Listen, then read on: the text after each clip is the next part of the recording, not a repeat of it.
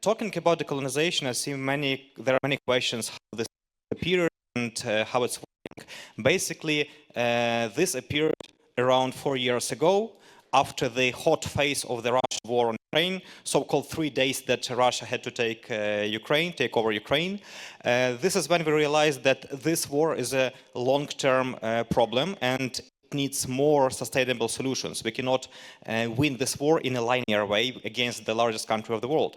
This is when we started looking for different solutions. There are different groups of people working on finding the answer to the questions, how do we achieve sustainable peace? Not a short-term solution, but sustainable peace. And today we have talked about so-called ceasefire. From what we know, when we have analyzed the history of the Russian Empire, however it was called, thank you, whether it was the Russian Empire, the USSR, the Russian Federation, it was always about expansion. This country needs to expand, to take over new peoples, territories, countries, to kill, to rape, and this is what they are doing now in Ukraine. This is when we have realized that we have to think out of the box, and this is how the idea of decolonization appeared. I would say it rather reappeared because 80 years ago there was a different organization called Anti-Bolshevik Bloc of Nations, which united different nations around Central Eastern Europe and Central Asia, which were traveling around the world and trying to convince the West to look at the scenario of the collapse of USSR. Nobody believed them. They said, no, USSR is strong as never before. It will never collapse. But ultimately, they have achieved their goal, and the USSR collapsed. And this is actually what we are doing today. We are trying to convince the West to include the Russian decolonization scenarios in one of the scenarios of the future of Russia, to be ready for this scenario. What is important, decolonization is not about destruction. Decolonization is about peace and about benefits, because this is a kind of win-win-win solution. This is win for Ukraine for obvious reasons, win for the West because Russia sees its existence as a geopolitical threat for the entire civilized world. And most importantly, this is a win scenario for the new nations that will appear, because they will get opportunity to establish civilized states and develop in a civilized way. We are now trying to understand what's happening in those republics, and just recently we finished our new research. It's called Capacity Index of the regions of the Russian Federation. I will leave one copy here so everyone will be able to get acquainted. By this research, we want to change this approach to so-called Russian studies. When the entire territory, entire country was studied from above, through the prism of Moscow. And this Moscow-centric approach, it's a kind of distorted situation in the regions. So we have tried to analyze what's happening in 10 regions of the Russian Federation, so-called Russian Federation, and if they have capacity for independence. And we want to expand this research, so this is only the beginning, and we would be happy to collaborate here with different scholars, academia, experts, think tanks on the topic, and to improve this research to understand what's happening in the Russian regions. It's about economy, it's about humanitarian, political sphere, but today we will talk about culture, so-called great Russian culture, whether it's obstacle for small peoples, whether it's helping small peoples, nations, captive nations of the Russian Federation. And I would like to invite 3 great speakers. Katia Margolis, who is one of the strongest intellectuals I have ever met, the artist, and Katia, you're welcome.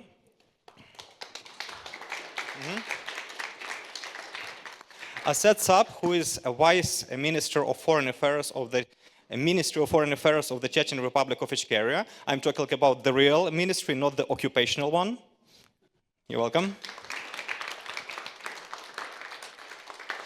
And Yaroslav Yurchyshyn, a member of Parliament of Ukraine, whose background includes from civil society sector, who is now head of the head of the Freedom of Speech Committee, and who was the first head of the temporary special commission on elaboration of Ukraine's policy towards captive nations of the Russian Federation.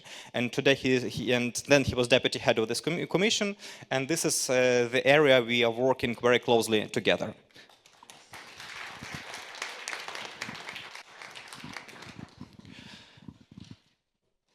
Many people try to draw a line between the Russian war and Russian culture.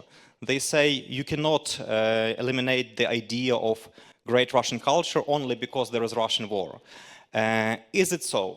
My first question to Katia Margolis is how so-called great Russian culture is connected to the Russian war, or we should look differently in different ways on them? Of course, it is directly connected, and I would start with a small anecdote. Every time I meet some Italian or French, or mostly Italian, and they ask, where are you from? And I've been living in Italy for 20 years now. I said, well, I was born in Moscow. I said, oh, Moscow, I love Russian culture. I love Russian literature, and they start to hug you. And I asked them a question. If I would say I were British or French, would you start hugging me and saying, I like Shakespeare, I like Dickens, I like Zola, I love Maupassant, I love Apollinaire? And they kind of, that question leaves them a big question because they've never thought about it. And since they've never thought about it, they start thinking. So what I want to talk about, or should I just introduce my whole thing, is how we think. Because how we think, it's an action. And rethinking something is an action, and it's action that requires intellectual courage, honesty, and also innovation. Because we often repeat the same cliches as we see with great Russian culture, and it's the same way the actual artificial intelligence work.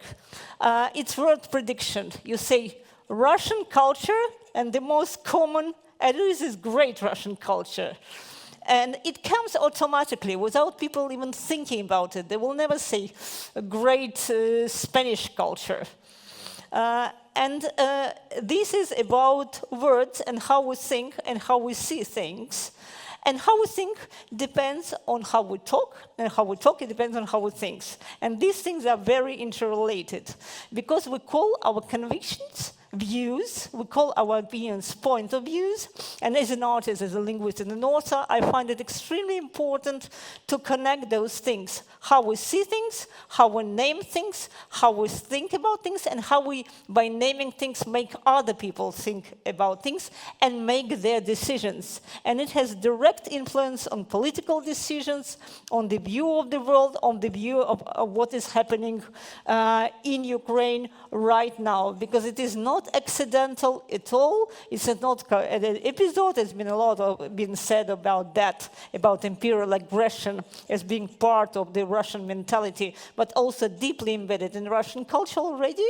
And that's what epistemology is about. It's a branch of philosophy that studies knowledge, how knowledge and the process of knowledge is formed. So the absence of naming something, not only naming with wrong words or using such cliches as great Russian culture, but also the absence of naming, silence or prohibition or taboos against naming renders something invisible for other people. And this is very important. Writers and philosophers know that, but so do dictators, propagandists, and manipulators. And this is precisely why speaking about Russian colonialism and imperial mindset is so difficult, especially in the West. Because generations of Slavists, of Western people, had been raised with this idea of the great Russian culture, so human, so embracing, so... And if we read Russian writers, as any writers, we can find a lot of those things. I would not deny it.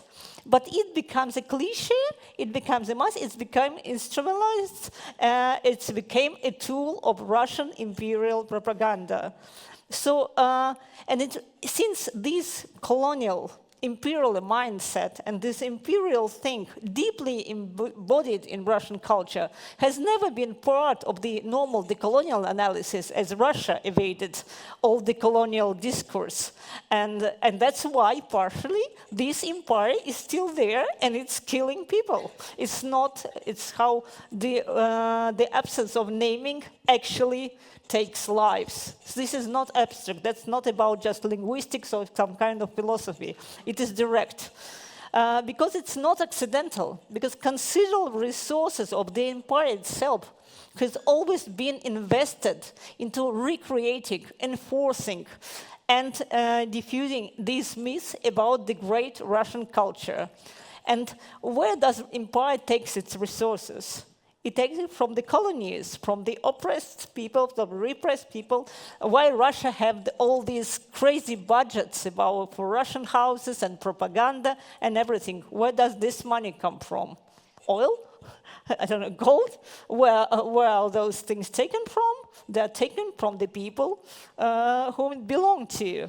And these people are mostly not Russians. So this is a direct, very direct connection. And so the thesis that Russia never was and never is a colonial empire, and it's not exactly, it's a very specific and very special. And Russian propaganda narrative, whether intellectual or direct military, always use this idea of some kind of very special place Russia occupies in the civilization, in the political geopolitical map. There's always something special. There's nothing particularly special about Russian colonialism. It works exactly the same way all imperialism works. It uses colonized people to reconquer old colonies like it's doing in Ukraine. It defends narratives, chauvinistic narratives about Chechen people being terrorists or Buryat being the main aggressors, or a lot of those things. These are manipulations. And the interesting thing that's been said before, that the identity, the Russian identity, let's forget about the pure Russian identity, is deeply toxic and imperial by itself, and the proof is very simple. If you start talking about Russian colonialism or imperialism to a Russian intellectual, to a Russian anti-Putin intellectual, anti-war refugee somewhere, most of them react in a very aggressive and kind of painful way, because that constitutes, they see it as a threat to their identity, because this imperial mindset is undetachable to their identity. And if you take that away from that, what remains? It's a hollow thing that, and this thing is perceived subconsciously. So in this sense, the word decolonization becomes a trigger. It is a trigger for power. Obviously, Putin names us all enemies, foreign agents, terrorists. Every small decolonial movement, even the grassroots movement, even non-political movement, is already being named and tagged as a terrorist or extremist. And this is a very good sign. It means that's what the weak point of this empire is. That's the weak point of the Putin power is. If they're so much afraid of a small gathering of 5 people discussing those things, it means that's a weak point. And this should be taken into account very seriously in military, strategically, intellectually. So this current war is not an accident, it's not a thing, because if you would use the word decolonization for the Russian, so-called Russian opposition, you'll get exactly the same reaction. Well, they will not claim you foreign agents or will not put you in prison. They don't have any mechanism to do so. But they will hate you, they will react in a very aggressive way, they will always put decolonization in quotation marks, and it's a word trigger again, because it challenges the identity. And the identity is very much linked to the territory and to the self-perception within this territory. And the very archaic, which Russia is an archaic, very archaic idea of something big as something being important and something being strong. So making Russia small again really triggers a very hard emotional reaction. And it also challenges the main thing in the language, how Russian opposition talks about war and what happened. They use a lot of passive constructions, impersonal constructions, like war happened, Putin arrived, we were forced. And this lack of agency, even grammatical level, is lack of responsibility. And lack of responsibility, of course, is the lack of identity and of agency, and these things are very much interrelated. So, and unfortunately, these narratives, and Mykola Rechuk talked about that, is very important. We know that the conquerors, the colonials, they write the history and write the narratives. So this framework constructs a common, deeply historical rooted, something even subconscious, and that's a chronic disease of both pro-Putin and anti-Putin part of Russia. This is very important. And if in pro-Putin it's so obvious, it sends missiles and drones, there's nothing to discuss. The other part is much more subtle, but they use the same kind of things, maybe not to attack, but to defend themselves. And so if you don't see something and you don't name something, it means you have a privilege not to see and not to name. If you're a Buryat, a Chechen, a Sakha, you knew it all. You know it since you were born. You're saying you're the wrong face, you're the wrong language, you're terrier.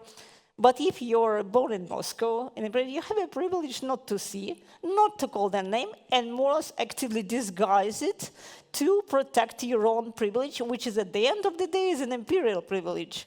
So this is another thing that forms the narrative that distorts not only history, as we said, but also the current view of the current aggression. It's an imperial aggression against Ukraine, and as it was said, it's not some Putin war.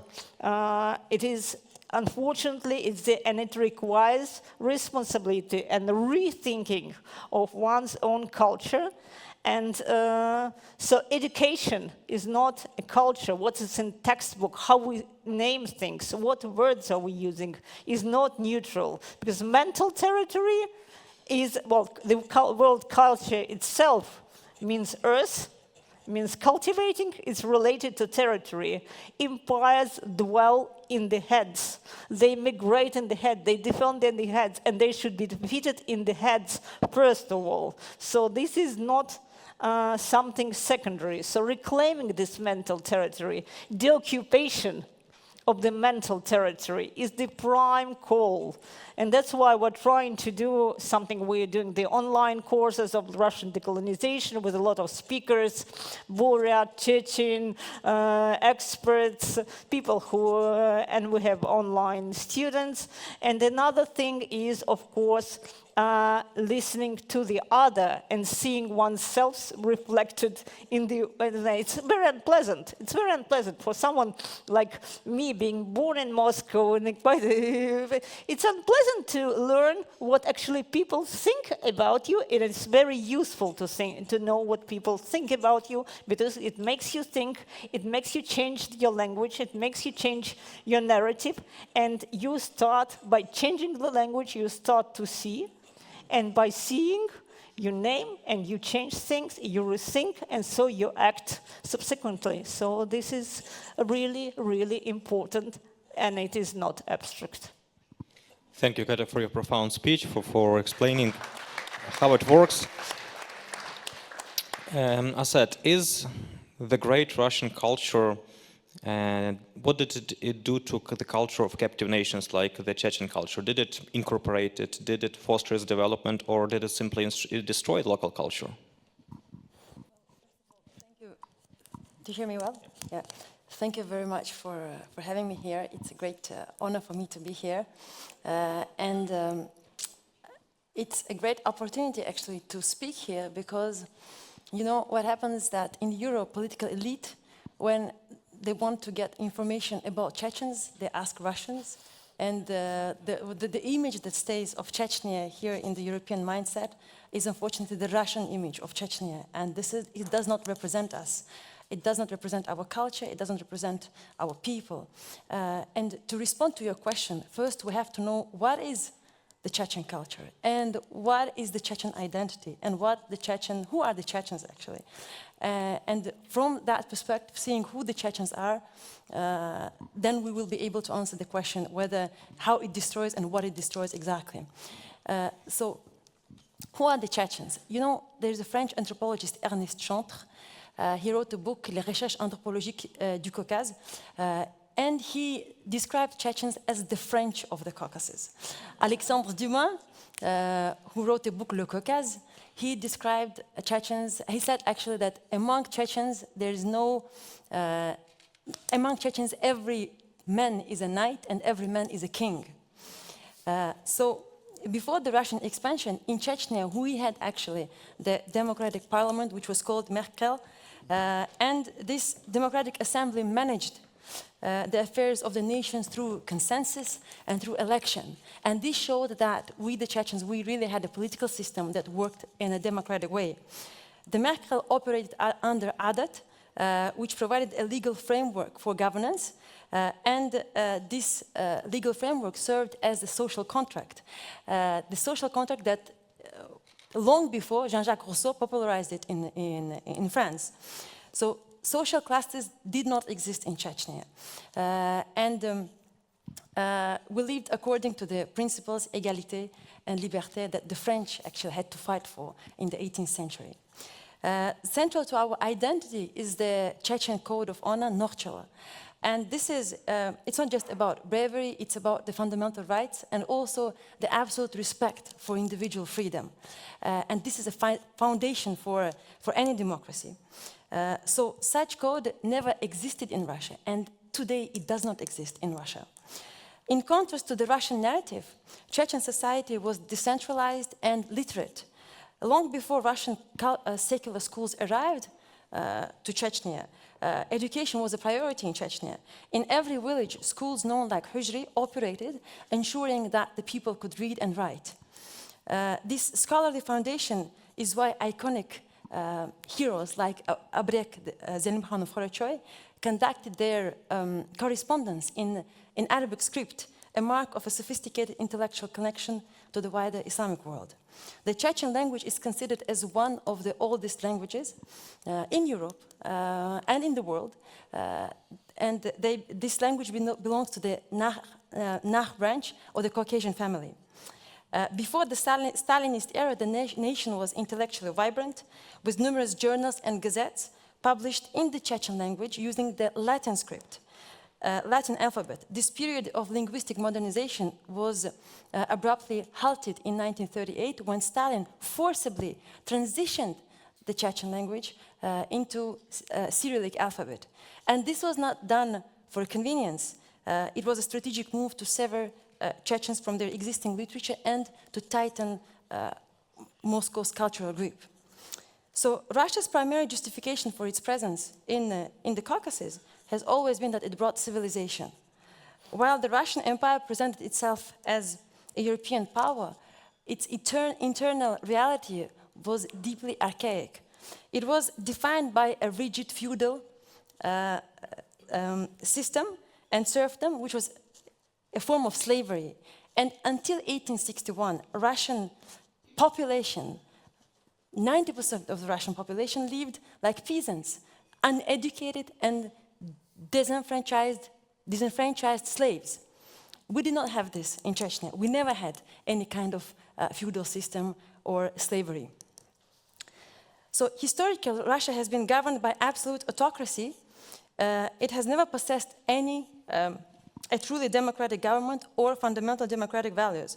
By culture and by nature, Russia has never been a democracy and therefore has never functioned as a democratic state. You know, subjugate or exterminate was the Russian policy applied to Chechnya. And the Caucasus, this was the policy applied in Chechnya and the Caucasus in general, by Tsars, and today by Putin. And you know, this policy is very well described in the book that was written by our Prime Minister Ahmed Zakayev, and this book is available in the libraries of the top universities.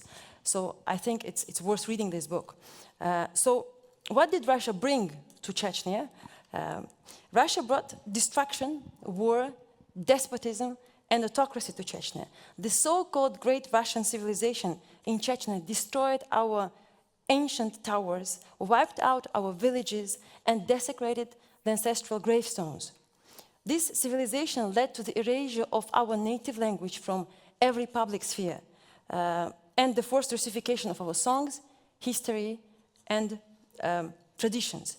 Today, the Chechen language is taught in Chechen schools 1 hour per week. 1 hour per week.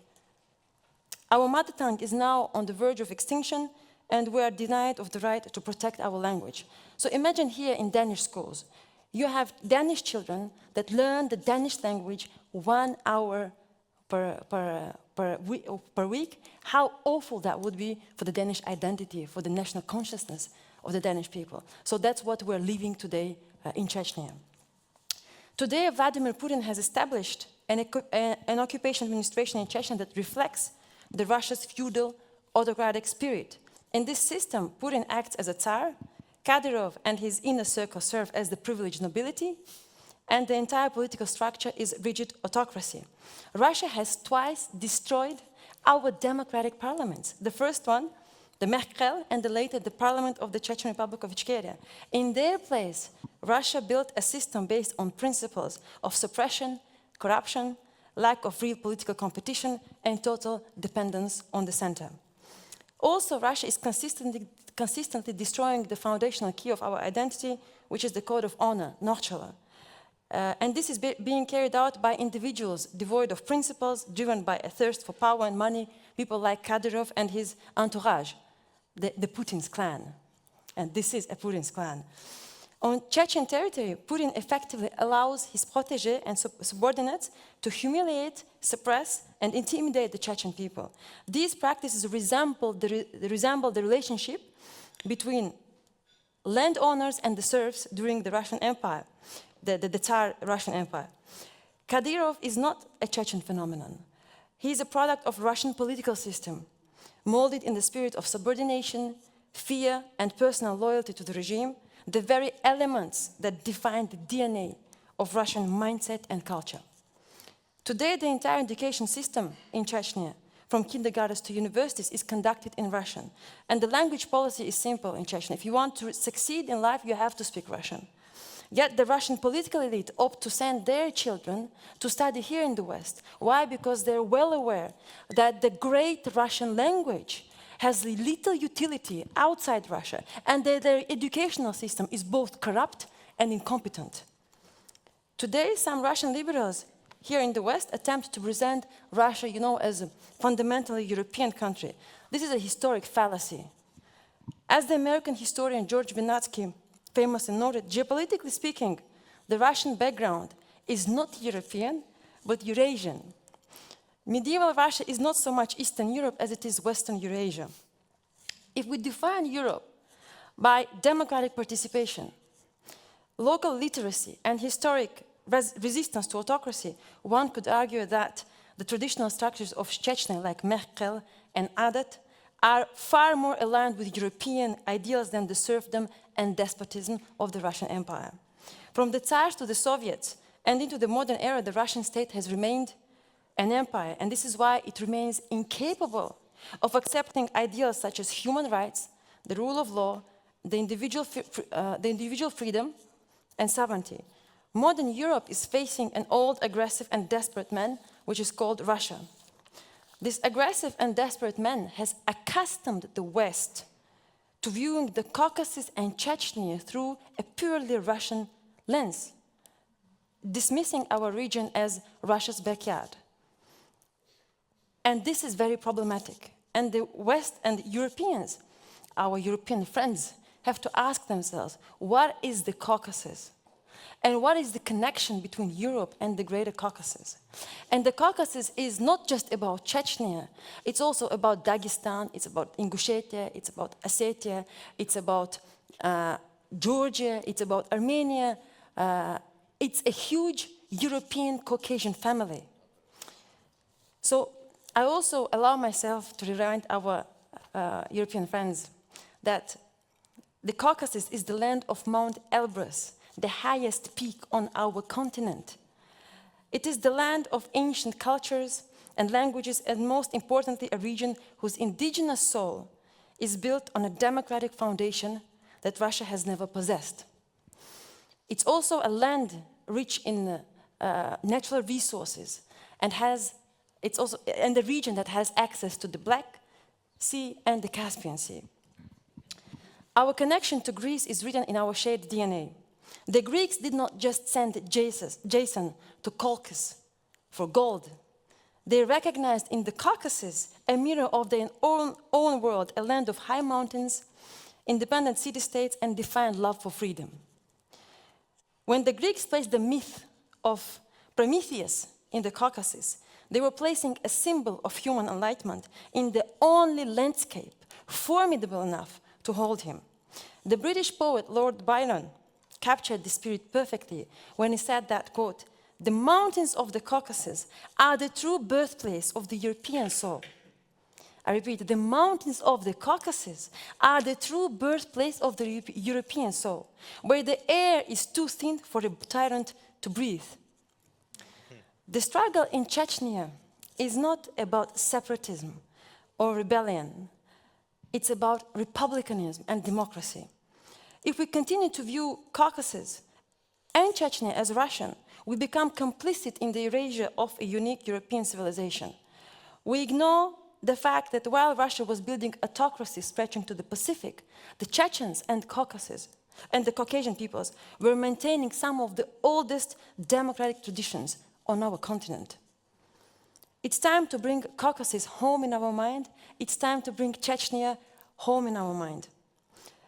We must recognize that the struggle for dignity in Grozny is the same struggle that defined the Enlightenment in Paris, London, and Athens. The Caucasus is Europe. Democracy is its heritage, and it's time we stop letting Russia tell us otherwise. You know, modern Europe is now facing an old, aggressive, and desperate power that, because it failed to act when the first warning signs appear. If Russia had been stopped in Chechnya 30 years ago, there would be no war in Ukraine today, and there would be no war in Europe today. History has proven yet again that the Chechnya is an integral part of Europe, and its tragedy was the prologue to the present. By recognizing the Chechnya as an integral part of Europe, of European family, we do not just correct a map, we honor the democratic spirit that the Chechen people, the Chechen mountaineers and other mountaineers from the Caucasus have defended for a millennium. And finally, let us not forget that Russia, over the last 30 years, has committed extensive war crimes in Chechnya that resulted in the death of 300,000 Chechen civilians and 42,000 children.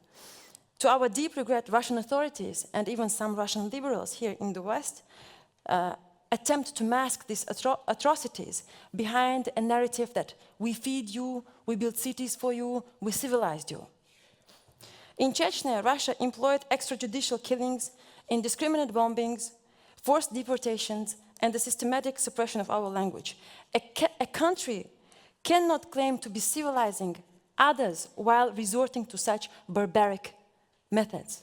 That's why Russia has never been a civilized country and is in no position to lecture others on civilization or morality. Thank you. Thank you, Aset, for your outstanding speech. I think many parts of your speech are quite eye-opening for Europeans who have never thought that Chechnya, the Republic of Ichkeria, is so much connected to Europe, to European values of dignity, democracy, and so on.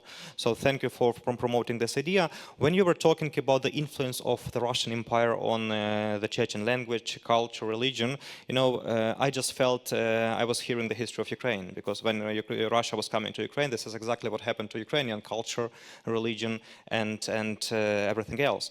In this context, I would like to ask Can I comment? Yaroslav, please do. You know, on the first panel, there's one speaker, he made an excellent remark. He said that Russia is very good in creative narratives. And these narratives are actually very dangerous.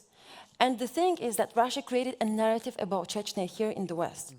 And because of this narrative, Europeans are blocked to seeing the real Chechnya and to seeing the real Chechen culture and taking a position that really defines Chechens, the true Chechens. And the problem is that none of the European or any other organization has access to Chechnya none of you or me can go to Chechnya and investigate things and see what is the real Chechnya. Because the international organizations have no access to that. So this means what? This means that the image of Chechnya we receive is just an image that is created by the occupation administration in Chechnya. And this image does not represent us. And you know, another speaker here also made a comment that, saying that, after these devastating wars in Chechnya, we see that Chechens love the Russian occupation and the Russian. This is completely not, it's not true. The problem is that none of independent organizations can go into Chechnya and investigate things and see what's going on there. So saying this, it's completely unfair. Yeah. Thank you for debunking all these Russian myths. Yes, you deserve applause here. Talking about comparison between influence of Russia on Chechen culture, Ukrainian culture, I would like to ask Yaroslav your opinion about the influence, the impact of the so-called great Russian culture on the Ukrainian culture in his historic perspective, as well as today in the context of the full-scale Russian invasion on Ukraine. When we're thinking about great Russia lie, I couldn't say about culture. We must remember that we all from childhood. And when children try to pretend to have something great, then feel themselves uncomfortable, then try to compare themselves with our. And any British, French, or our artist knows to say that my culture is great. Really, it's a problem of Russian-minded.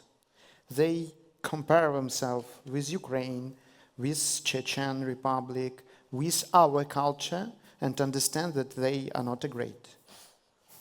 They really afraid that. And I think, Katerina, that show you never ever meet British or French artists. We will say, love us because we're from great France or Great Britain, but great Russia. Why? Because a lot of that was stolen.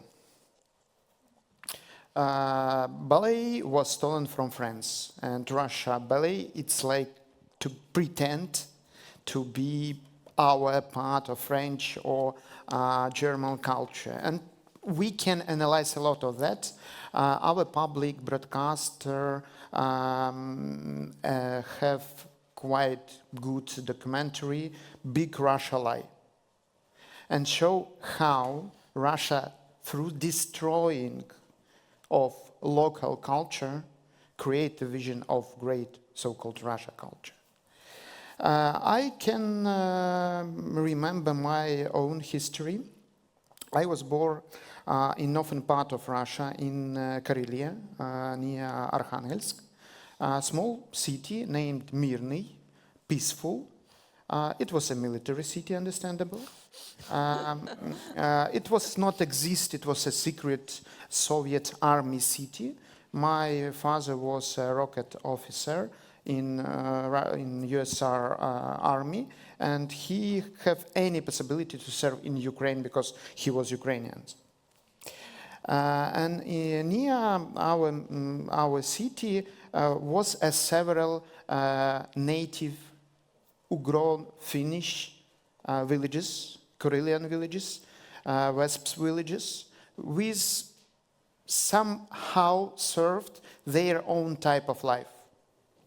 When I have possibility to return on the beginning of, proudly say, this century, yeah, 20s, in this region, I don't see no Karelian villages, no Wesps villages. People was there, villages as administrative point was there, but culture are not exist. So these big Russian lies can exist only destroying our. And now we have situation of cultural genocide because using not only weapon, but this narrative as weapon, Russia tried to destroy our nations, our groups, to use this pre-modern, even maybe medieval approach when you in center of civilization around barbarian tribes and you civilized them. Because Ukrainians are fascist in point of view of Russia.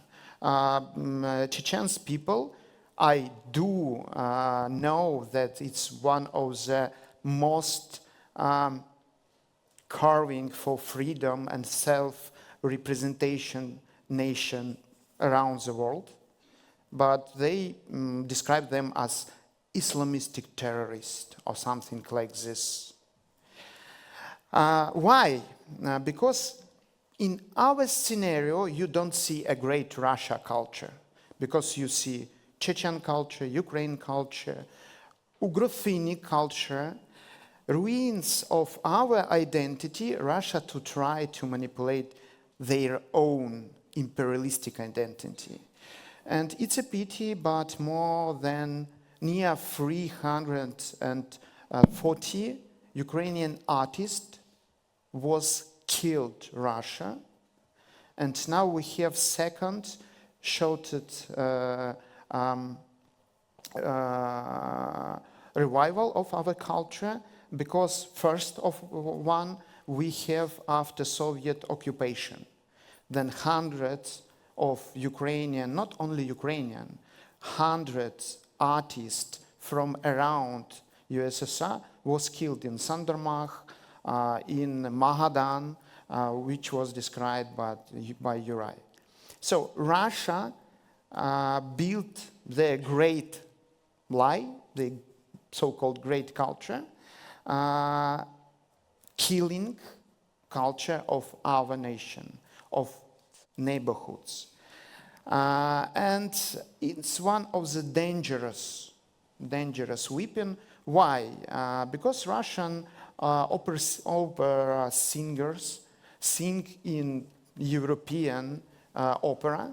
Russia received a possibility to postpone the narratives, because these singers will take part of profit which they earn there and buy weapon for Russian soldiers to kill us, to kill Chechens, to kill Georgian people, to kill Moldovan in transition conflict.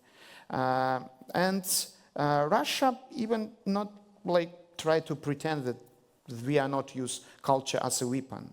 I only cite what say Mr. Repchuk on first panel, as director of Hermitage, said that every their exhibition, it's a part of military special operation of Russia.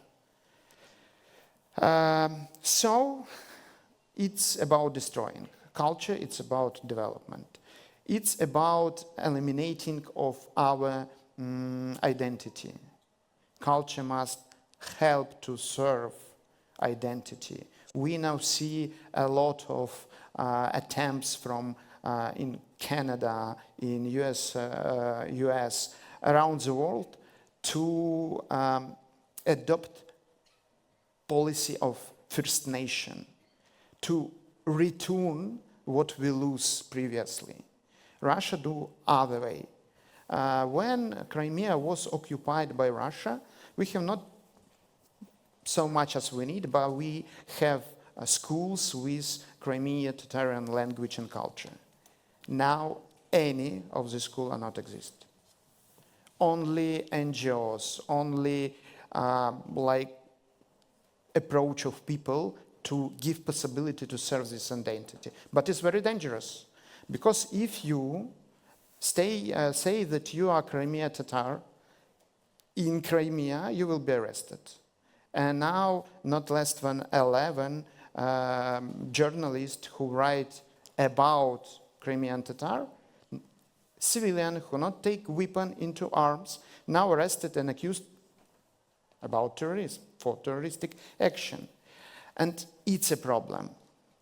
Russia culture became a weapon, a great weapon, and very actively work not only in Ukraine or Chechnya, not only on occupied territory, but internally in Europe, internally of US, internally on West. Because the best what they do, they pretend. They manipulate. And when we analyzed their situated Russia Orthodox Church in Europe, it will be near office of NATO, near some very crucial industries. So it's not a church, it's a network of Russia agents. And when we understanding that, and even Russia Church was stolen from Ukraine, because it's not a joke. Historically, Eastern center of Eastern Orthodox Church was Kiev, and only after occupation Kiev, they take it and put into Moscow.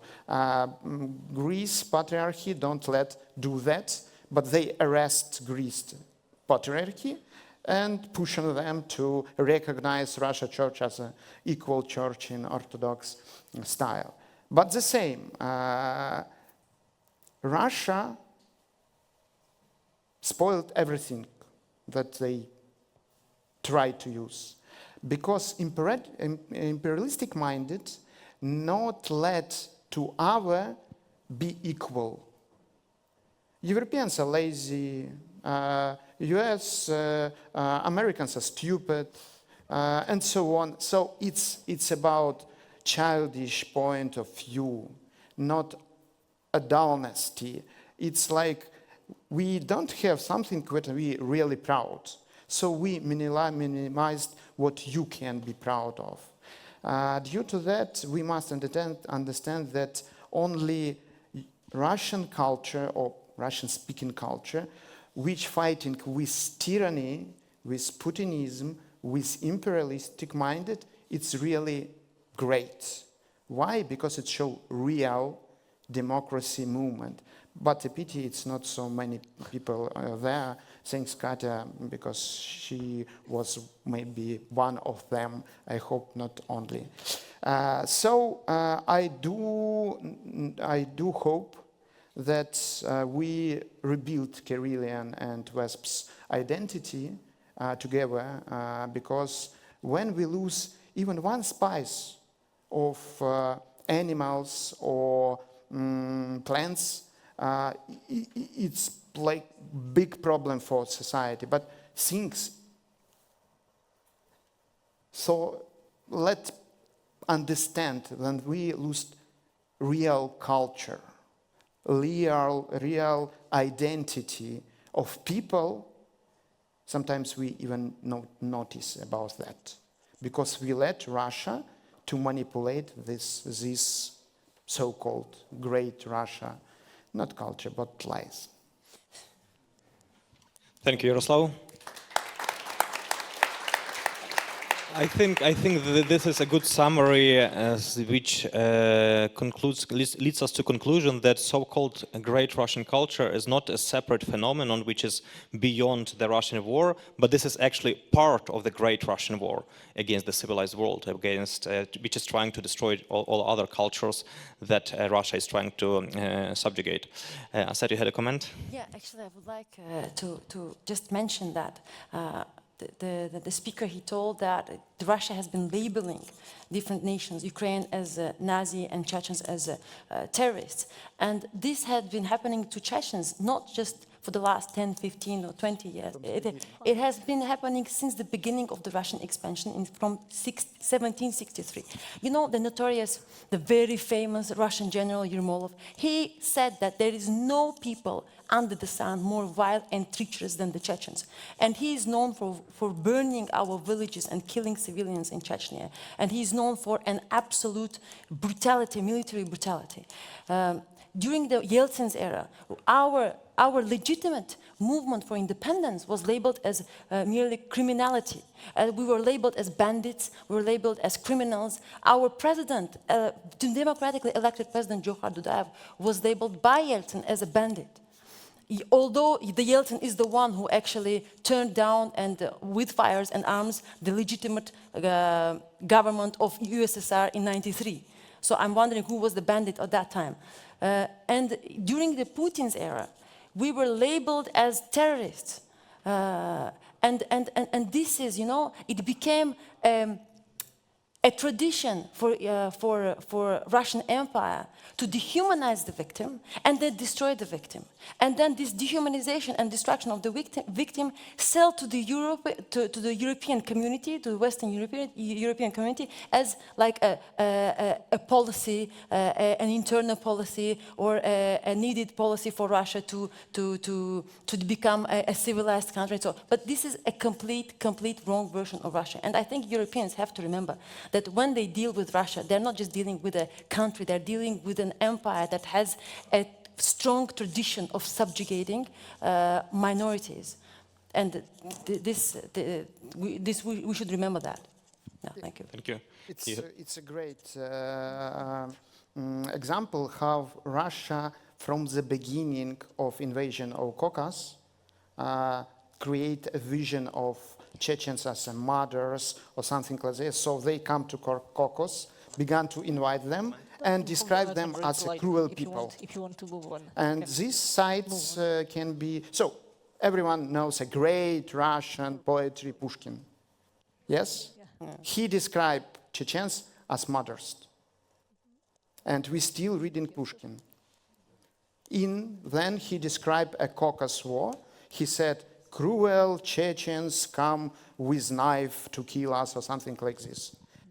We don't notice that till we analyzed how this vision, how this manipulation against Chechnya was done not by Putin, not by Yeltsin, but far more previously. And about Cherkess, who have great civilization, I could say, and when Russia just study how to read, have their own culture with very ancient roots on the Caucasus. So in reality, it's a heritage of Russia Empire, years and years. And all Russians, not all, but majority of Russian artists was involved in this imperialistic mindset, even Pushkin.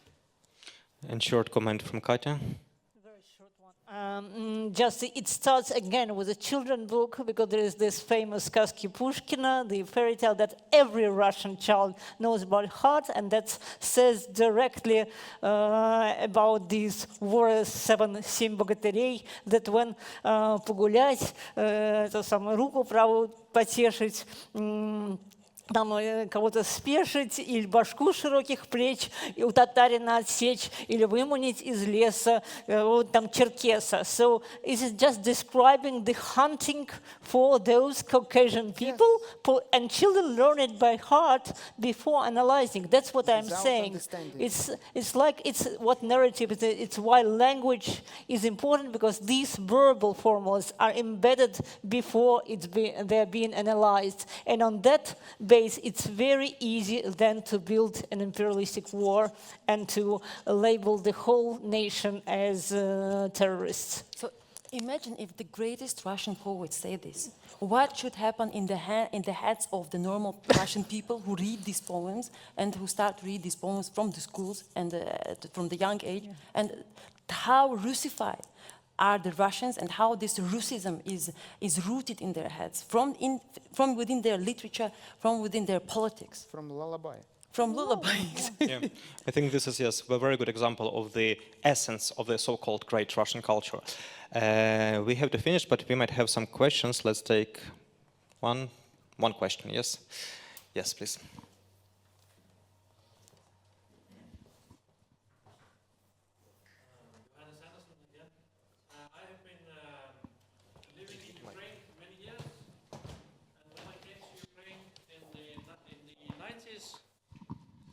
I thought that it was a bit odd that Russian wasn't the state language parallel to Ukrainian, since almost half of the population spoke Russian on an everyday basis. That would be the kind of, we know even in Finland, Sweden is also a state language, for instance. And I thought it was more important what was spoken, the content of the words, than the language it was spoken in. But after decades in Ukraine, I understood that Russian language can be extremely dominating. And so I began to see things more from the Ukrainian perspective, you might say. But anyway, let me ask you to explain to the audience how it is that I remember also when the Communist Party was abandoned, abandoned, it couldn't exist anymore in Ukraine, and you have also more recently seen pro-Russian parties banned, and also some news outlets. And people will look at it from outside and see, well, this doesn't seem very democratic. How can Ukraine be a democratic society or defending democracy when they almost act as a dictatorship within Ukraine?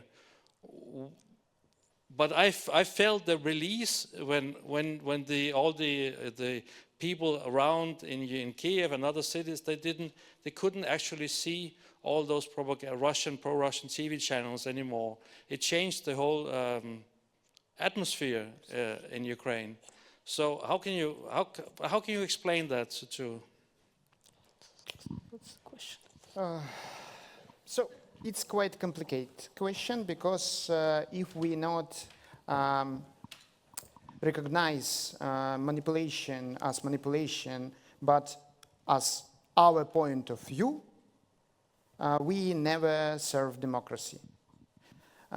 Because then Russia use all their possibility, all their money to use soft power, soft guns, culture, language, identity, mass media, freedom of speech, and so on, to manipulate with mindset of Europeans, for Ukrainians, and so on.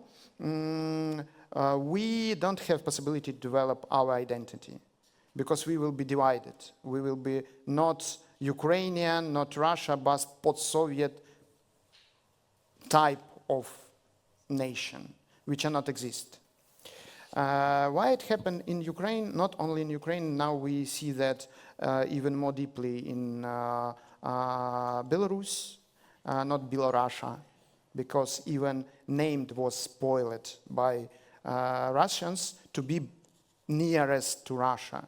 We must be like Malorussia, so small, little Russia, yeah? Okay, who really little. But so they do understand that language is the way to create a mindset. And when you control a language, you can totally change a culture. Yes, with Caucasian nation, it's more harder because of difference of language. But they do that. Now in Chechen, as I have information, even Chechens between themselves speak Russia. Why? Because you can be accused for nationalism, for terroristic action, if you use on public way, not so-called official language, yes? Russia created a vision then Ukrainians and Tatars always was enemy. But when we analyzed our history, in majority situation, for example, in time of Bogdan Khmelnytsky fighting with for freedom, we collaborate. We was partners. When we fight with Ottomans, we was partners. But Russia to destroy that. On the beginning of our independence, we not choose the way what choose by Baltic country to separate of Russia. Why? Because we are afraid. We receive guarantee from Western country, Budapest Memorandum, that Russia will not use nuclear weapon. Yes, if we will deny to have nuclear weapon. We do that and lost, because Russia began the war, and no one really take responsibility as a peacekeeper. Yes, we do really thanks for help. We have so big amount of help from Western side, then no Chechen Republic don't have Only several volunteers fight for Chechnya and Ukrainian too. No, Georgia received that help in 2028. No, Moldova not receive this help. But it's not help us to appease evil. We're not attacking, we not fight with Russia influence because we do believe that evil can be appeased. Even in our national security strategy in 2020, we very softly said that Russia occupied Ukraine territory. We not claim that Russia is enemy. And it was our problem. Because when you not named evil as evil, was when you not fight with evil, all weapon you have, evil return more stronger and destroy you. So,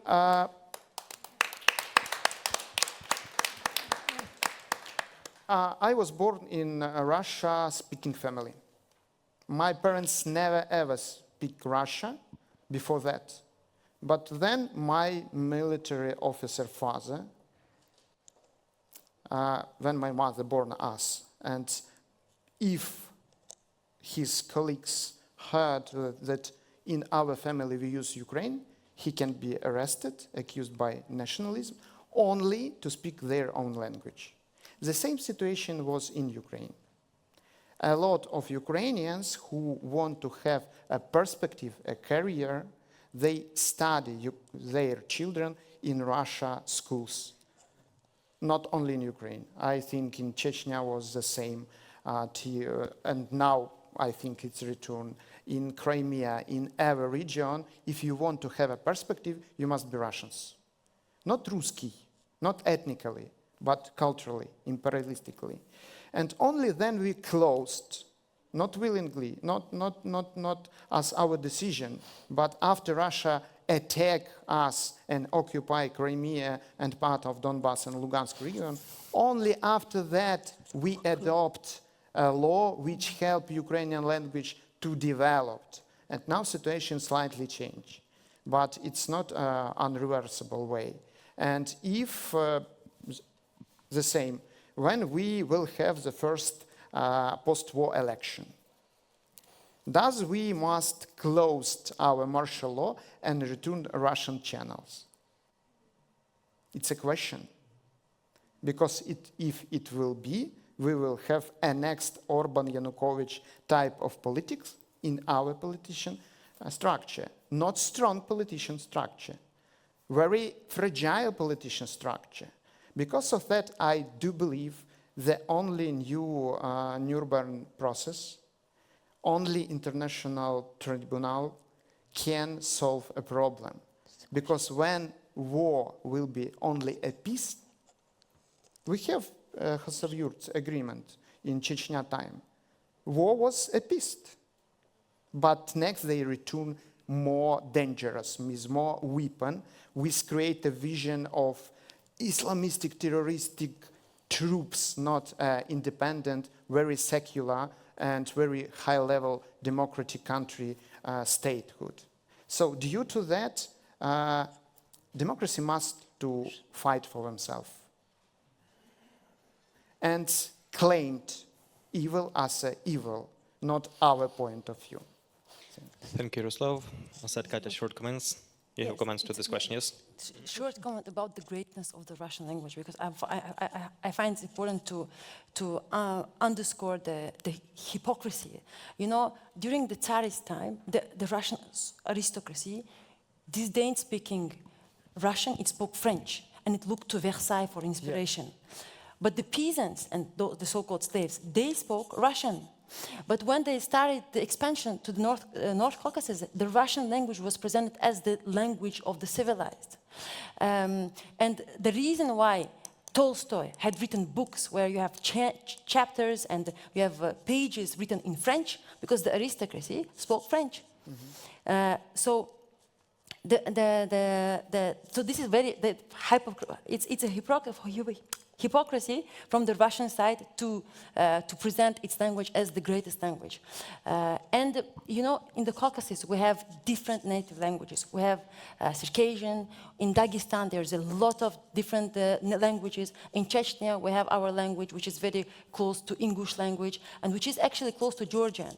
So these different languages we have in Caucasus, this is not a point of division. It should be a point of European heritage, and it should be seen as a linguistic European heritage, which makes Europe a region, a continent that is richer, that is more open, and that is different from the rest of the world. Thank you, Aset. Final comment? No? Sorry, we have coffee break, which is waiting for us, but after the fourth panel, we'll have possibility to ask questions for both of them. Just a closing. Yes, and Katia will have a closing remark. Yeah? Yeah, hold on. Oh, yeah, I have, sorry. Yeah, I'm sorry, I want to answer the question, very sorry. But the thing is that I'm a linguist. We went to when I was young, we went to exhibition to learn Web's language. We were introduced to Dagestan languages, and so again, the knowledge and the presence of this other may change the things. We're a small group of linguists, post-Soviet children.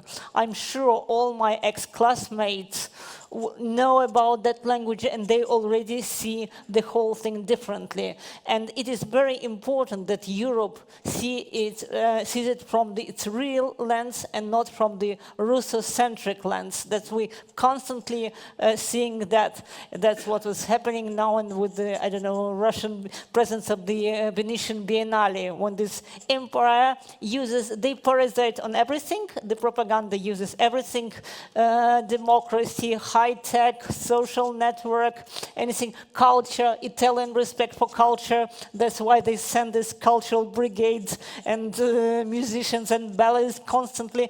And they also now are starting to parasite on the decolonial theme, because they brought, for this Russian pavilion, they brought Buryat, they brought Komi, and they want to use this puppet kind of decolonial action as a fake action and everything is used to keep the things, the imperial power in place, and everything is used as a kind of military operation, as the Petrovsky, the director himself, stated. That's what I want. Thank you, Katia.